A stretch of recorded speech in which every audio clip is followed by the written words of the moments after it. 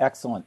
Now, if, speaking of relationships, let's take this internally. Let's say I'm a CEO or a managing director, and I recognize now, having listened to you, that for whatever reason I have a trust issue in my management team. How would I go about resolving it or starting to rebuild trust? What's your advice there? I think, like a lot of these challenges, self-awareness is critical. And once a topic is out in the open and is people have permission to discuss it, I think that's a great starting point for moving forward.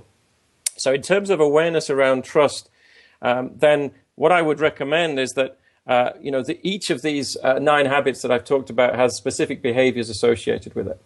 And so there is nothing stopping a CEO from asking for very precise feedback from their management team on their trustworthiness against these 36 behaviors, and equally inviting the whole team to take the same 360 feedback process and then to sit down together and start to talk about that, not as a blame exercise, but as a self-awareness exercise. And if, my experience is that once people have a model, once they're able to talk about that impersonally, then that's the basis for them to move forward and agree action steps. And I think what I hope with the work that I've done is that I've contributed another model. There are many models out there on trust, but having a model, talking about that, using it as the basis to get feedback, I think is a very a good starting point for rebuilding trust or taking trust to the next level.